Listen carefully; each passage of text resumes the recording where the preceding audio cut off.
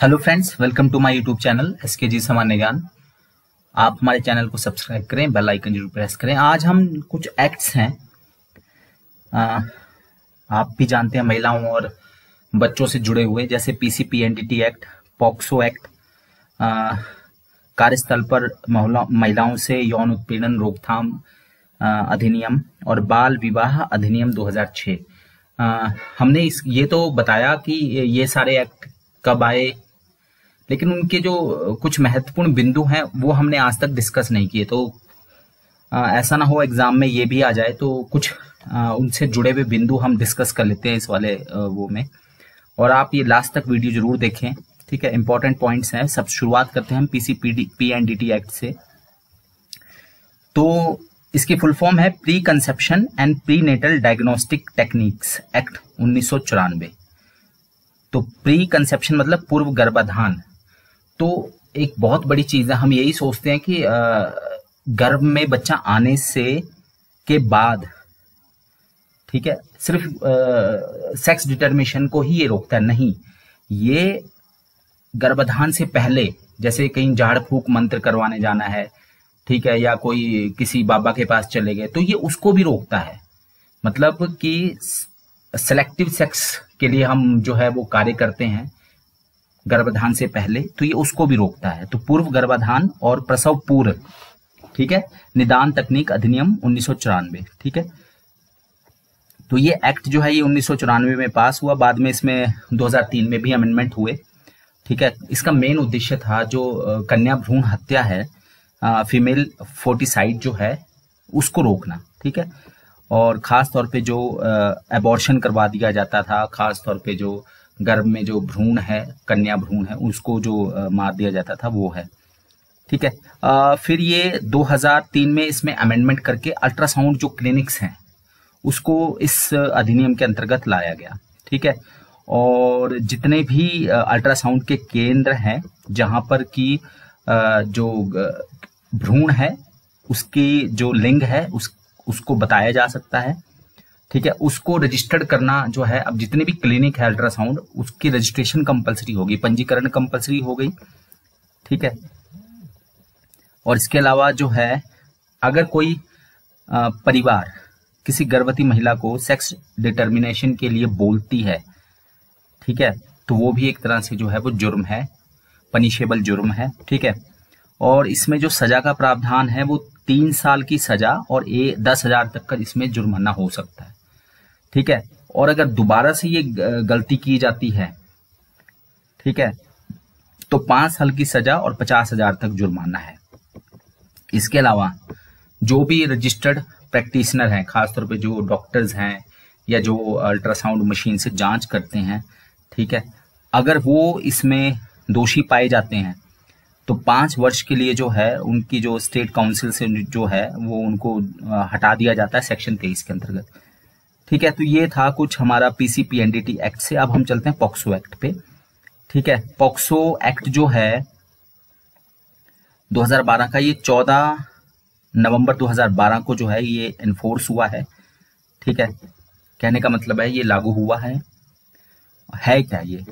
तो पॉक्सो की full form English में है protection of children from sexual offence act, ठीक है। P से प्रोटेक्शन, O से ऑफ, C से चिल्ड्रन, फ्रॉम सेक्सुअल, S से सेक्सुअल और ऑफेंस मतलब, ठीक है। अब इसको हिंदी में अगर हम जो है बच्चों के प्रति जो यौन उत्पीड़न है, ठीक है, उसकी रोकथाम का ये अधिनियम है। और महिला और बाल विकास मंत्रालय ने जो है ये एक्ट 2012 में जो है बनवाया था, ठीक है। तो protection of children from sexual offence act जो है ये बच्चों के प्रति यौन उत्पीड़न, यौन शोषण और पोर्नोग्राफी जैसे जघन्य अपराधों को रोकने के लिए जो है ये महिला और बाल विकास मंत्रालय द्वारा जो है ये बनाया गया है, ठीक है। इसमें एक बहुत बड़ा बदलाव किया गया है, आप सभी जानते होंगे। और ये बदलाव ये किया गया है कि अगर 12 वर्ष से छोटी बच्ची का रेप या उसका मर्डर होता है तो रेप करने वाले को फांसी की सजा है, ठीक है। और 2018 में इसको मंजूरी मिल गई है। 12 वर्ष से छोटी सजा तो और भी है 12 से अधिक की, लेकिन जो 12 वर्ष से नीचे की जो आयु के बच्चियां हैं, इनसे अगर कोई गलत कार्य होता है और उनकी अगर मृत्यु होती है तो ये इसके लिए फांसी की सजा है। इसके अलावा पॉक्सो जो एक्ट है उसमें धारा 7 और 8 में जो है, अगर बच्चे के गुप्तांग से छेड़छाड़ की जाती है या आरोप के ऊपर दोष सिद्ध हो जाता है तो 5 से 7 साल की भी जो सजा है। इसके अलावा उम्र कैद तक की सजाएं भी इसमें जो है वो डाली गई हैं। ठीक है। यौन शोषण की परिभाषा में यौन उत्पीड़न, अश्लील साहित्य, सेक्सुअल और गैर सेक्सुअल हमला, ये सारा कुछ जो है इसमें शामिल किया गया। आप सभी जानते हैं इंडियन पीनल कोड जो है, भारतीय दंड संहिता, वो 1860 की है। आप सभी जानते हैं किसी भी आईपीसी की बात करते हैं कि आईपीसी की धारा इसमें, तो उसको आईपीसी का मतलब है इंडियन पीनल कोड, भारतीय दंड संहिता, ये 1860 की है। इसी के आधार पर जो है अब जो सहमति से सेक्स करने की जो एज है वो 16 से बढ़ाकर 18, यानी कि 18 साल से नीचे की आयु में जो भी आप इस तरह के गलत कार्य करेंगे तो वो उसके लिए जो है आप दोषी जो है वो पाए जाएंगे। फिर है यदि कोई व्यक्ति, ठीक है, किसी बच्चे के साथ सहमति या बिना सहमति के भी करता है तो वो पॉक्सो एक्ट के अंतर्गत जो है वो गुनाह है। ठीक है, 18 साल से। तो वो जैसे कि हम बाल विवाह के कई बार केस सुनते हैं, ठीक है, तो उसमें अगर लड़की की एज 18 से कम है, 17 साल की भी है, चाहे वो बाल विवाह है चाहे वो, तो वहां पे वो केस पॉक्सो में ही वो दर्ज हो जाता है और लड़का जो है वो अंदर होगा। ठीक है। यदि कोई पति या पत्नी 18 साल से कम उम्र के, अच्छा इसमें पॉक्सो एक्ट में सिर्फ लड़कियां ही नहीं शामिल है, लड़के भी, ये पूरे 18 साल से नीचे के बच्चों के ऊपर है। ठीक है, यहाँ ध्यान रखने वाली चीज है कि किसी के साथ भी गलत होता है, चाहे वो लड़का है या लड़की है, सेक्सुअल कोई भी जो गलत होता है उसके साथ, तो वो पॉक्सो एक्ट में ही उसके खिलाफ जो है केस दर्ज होता है। ठीक है। फिर है पॉक्सो कानून के तहत जो है अपराध की जो सुनवाई है वो एक स्पेशल कोर्ट में होती है। ठीक है, और कैमरे के सामने होती है और बच्चे के माता पिता या बच्चा जिस पे भरोसा करता है उसकी उपस्थिति में होती है। ठीक है। तो जो एक और चीज हुई है, जुवेनाइल जस्टिस कोर्ट ने जो आपने निर्भया केस सुना होगा दिल्ली वाला, तो जुवेनाइल जस्टिस कोर्ट ने अगर 16 साल से बड़ा बच्चा, लड़का खासतौर पे जघन्य अपराध करता है, जघन्य अपराध में रेप एंड मर्डर शामिल होता है, तो फिर 16 साल के बच्चे को जो है वो 16 साल का या 18 साल से कम आयु का नहीं उसको ट्रीट करेंगे। फिर उसको जो सजा है ना वो बड़े अडल्ट्स की तरह मिलेगी। तो ये एक बहुत बड़ा बदलाव किया गया था निर्भया केस के बाद। ठीक है, और जुवेनाइल जस्टिस जो एक्ट है, जेजे एक्ट, उसमें ये बहुत बड़ा बदलाव हुआ था, किशोर न्याय अधिनियम जो है 2000 का। ठीक है, और ये बदलाव है कि 16 साल का जो बच्चा है वो अडल्ट की तरह ट्रीट होगा। ठीक है, अगर वो रेप और मर्डर करता है, खासतौर पे लड़के के उस पे ये बात कही गई है, ये बहुत इंपॉर्टेंट है पॉक्सो एक्ट में। और भी बहुत सारे जो है, यदि कोई व्यक्ति है जानता है, ये इतना इंपॉर्टेंट नहीं है, आगे चलते हैं। ठीक है, इस अधिनियम में जो है पॉक्सो एक्ट में बाल संरक्षक की जिम्मेदारी पुलिस को जो है वो सौंपी गई है। ठीक है, आपातकालीन चिकित्सा उपचार, ठीक है, आश्रय गृह में रखना, ये सारी जिम्मेदारी जो है पुलिस की है। और एक चीज, जैसे हमने वहां पे रेप विक्टिम वाले केस में 72 घंटा देखा था, यहाँ पर जो है पॉक्सो एक्ट में पुलिस की ये जिम्मेदारी बनती है कि 24 घंटे के अंदर जो है चाइल्ड वेलफेयर कमेटी, अभी हम चाइल्ड वेलफेयर कमेटी की बात कर रहे थे, बाल कल्याण समिति हर एक जिले में बनाई गई है ये, तो ठीक है, मामला जो है वो चाइल्ड वेलफेयर कमेटी की निगरानी में जो है वो लाना है 24 घंटे के अंदर, ये पुलिस की जिम्मेदारी बनती है। और चाइल्ड वेलफेयर कमेटी जो है वो बच्चे की सुरक्षा और संरक्षण के लिए जो है कदम उठाती है, पॉक्सो एक्ट। ठीक है, तो पॉक्सो एक्ट में चाइल्ड वेलफेयर कमेटी के पास बहुत पावर है। ठीक है, और पुलिस जो है वो 24 घंटे में जो है वो मामला उनको भेजेगी। ठीक है, मेडिकल जांच का भी प्रावधान है इस एक्ट में। ठीक है, और जिससे बच्चे, ऐसा मेडिकल जांच जो बच्चे के लिए कम पीड़ादायक हो, और अगर लड़की है तो महिला चिकित्सक द्वारा होनी चाहिए। ठीक है, और माता पिता की उपस्थिति में होनी चाहिए, लड़का भी है चाहे लड़की भी है। और इसके अलावा जो सुनवाई है स्पेशल अदालत में वो बंद कमरे में होनी चाहिए, दोस्ताना माहौल में। ठीक है, और बच्चे की पहचान को गुप्त रखा जाए। और एक चीज और बोली गई है कि जो बच्चे का यौन शोषण का मामला है, पॉक्सो एक्ट में अगर कोई केस दर्ज होता है तो 1 साल के अंदर अंदर उसको निपटाना है। ठीक है, उसका फैसला जो है वो सुनाना है। ठीक है, फिर अगला अधिनियम है कार्यस्थल पर महिलाओं के साथ यौन उत्पीड़न रोकथाम निषेध और निवारण अधिनियम 2013। ठीक है, तो ये 2013 में जो है एक्ट आया था, और ये जहां पर भी जिन भी संस्थाओं में या ऑफिसेज में 10 से ज्यादा लोग काम करते हैं वहां पर ये एक्ट जो है लागू होता है। 9 दिसंबर 2013 को जो है ये लागू हुआ है, प्रभाव में आया है, और मेन उद्देश्य ये है कि रोकथाम निषेध और निवारण, ठीक है, महिलाओं का यौन उत्पीड़न जो है उसका। और ये इसके पीछे जो है ना 2013 का जो ये यौन उत्पीड़न जो क्या बोलते हैं कार्यस्थल पर जो यौन उत्पीड़न है, उसके पीछे जो मेन केस कौन सा है वो विशाखा केस है। ठीक है, जो विशाखा केस है उसके बाद जो है ये एक्ट आया है। ठीक है, तो आपने ये विशाखा केस जो है याद रखना, कई बार ये क्वेश्चन पूछा जाता है। और नियोक्ता मतलब कि अगर कोई भी जो ऑफिसर है अगर वो इसके प्रावधानों को नहीं करता तो 50 रुपए का जो है वो जुर्माना जो है ऐसी कंपनीज या जो भी है तो उनको जो है ये दिया जाता है, जो उन पे जुर्माना लगाया जाता है। ठीक है, और भी बहुत सारे इसमें चीजें, हम मेन पॉइंट्स देख लेते हैं इसमें। ठीक है, इसमें प्राइवेट और सरकारी ये दोनों ही क्षेत्र में काम करने वाली जो महिला कर्मचारी है उन पर ये लागू होता है। इसमें एक बहुत इंपॉर्टेंट है ना कि रात के बाद शाम या जैसे कि सूरज डूबने और सूरज उगने, ठीक है, तो सूरज उगने के बाद ही और सूरज डूबने के बाद ही जो है महिलाओं को काम पर जो है वो बुलाया जाए, ये इसमें एक बहुत इंपॉर्टेंट चीज है। फिर समिति, इसमें एक कमेटी जरूर है बनाने के लिए। ठीक है, कमेटी की बात की गई है, हम आगे चलते हैं जहाँ पे जो मेन इंपॉर्टेंट पॉइंट है। तो शिकायत कौन कर सकता है? वो महिला जिसका कार्यस्थल पर उत्पीड़न हुआ है। किसको शिकायत करनी है?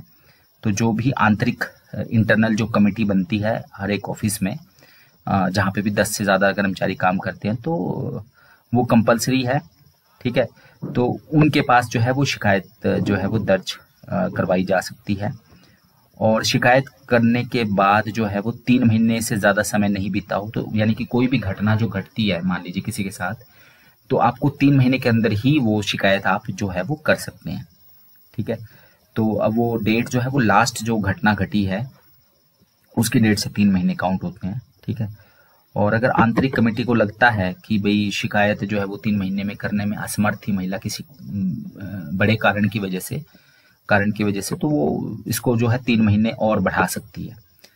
ठीक है, और शिकायत जो है वो लिखित रूप में जो है वो की जा सकती है, और भी माध्यम है। ठीक है, और उसके रिश्तेदार अगर वो मान लीजिए असमर्थ है, जैसे बेहोश है या कोई और चीजें हैं, तो उसके रिश्तेदार जो है और लोग भी जो है वो शिकायत जो है वो कर सकते हैं।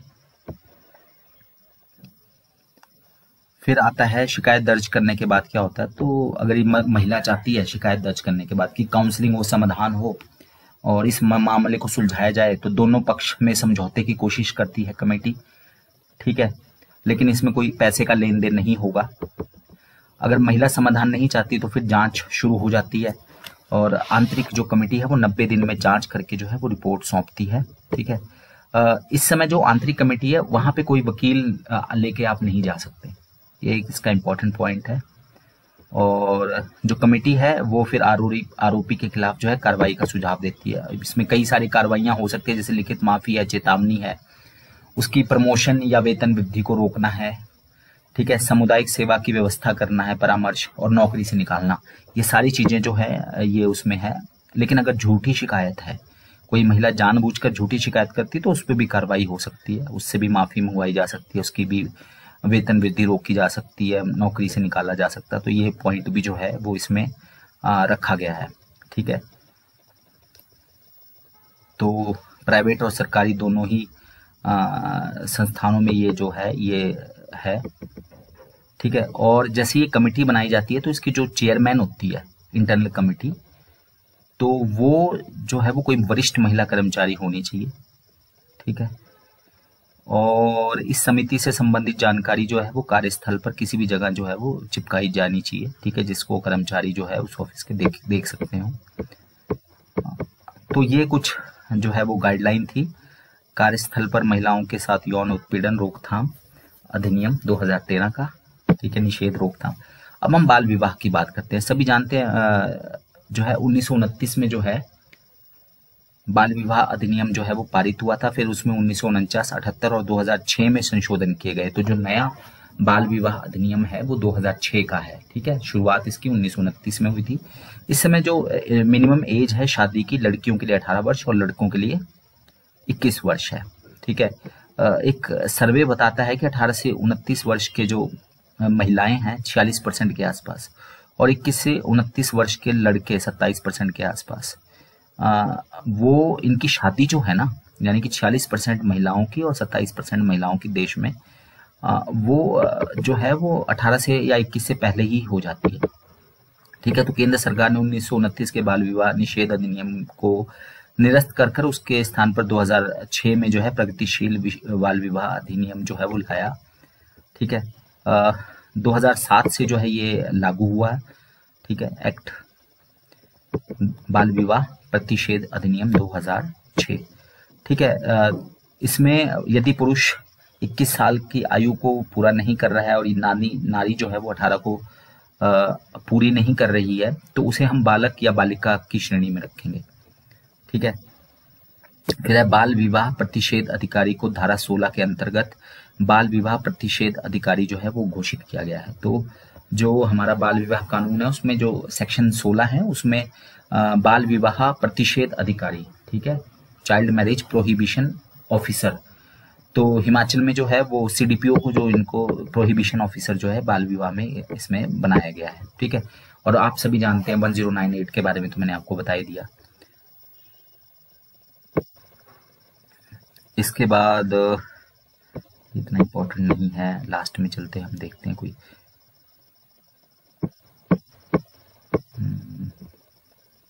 अपराध के बारे में देखते हैं। तो अगर कहीं पे इस तरह का कोई भी विवाह का मामला आता है, ठीक है, 18 साल से आयु का जो पुरुष है, अगर वो, देखिए बड़ी सिंपल सी चीज है, शादी की एज रखी गई है लड़की के लिए 18, लड़के के लिए 21, लेकिन अगर लड़का 18 साल से ज्यादा है और वो बाल विवाह करता पाया जाता है, ठीक है, तो उसको 2 साल की सजा और 1 लाख तक का जुर्माना या दोनों की सजा जो है वो हो सकती है। ठीक है। पुरुष के लिए इसमें दंड है। इसके अलावा जैसे कोई पंडित वगैरह है जो अनुष्ठान करते हैं या जो परिवार के लोग हैं, तो उनके लिए भी यही दंड का प्रावधान है, 2 वर्ष और 1 लाख। ठीक है। तो ये कुछ महत्वपूर्ण है। इसमें जो मेन पॉइंट है, लास्ट में एक और आया हमारे पास। ठीक है। तो ये एनसीडीपीओ मैंने बता दिया। राज्य सरकार जो है किसी भी अधिकारी को जो है वो ये घोषित कर सकती है, तो हिमाचल में सीडीपीओ को किया गया है। ठीक है। और इसके अलावा इसमें धारा बाल विवाह प्रतिषेध अधिकारी आईपीसी की धारा 1860 आईपीसी 1860 की धारा 21 के अंतर्गत लोक सेवक समझे जाएंगे। ठीक है। और उनको सद्भाव पूर्वक की गई कार्रवाई के लिए जो है संरक्षण भी प्राप्त है। ठीक है। तो ये हमारे जो 4 अधिनियम थे, ये मैंने सोचा जरूरी है, इनके कुछ मेन पॉइंट, हो सकता है कुछ पॉइंट छूट भी गए हों, लेकिन आप आराम से जो है इनको देख सकते हैं। ठीक है। धन्यवाद। Thank you.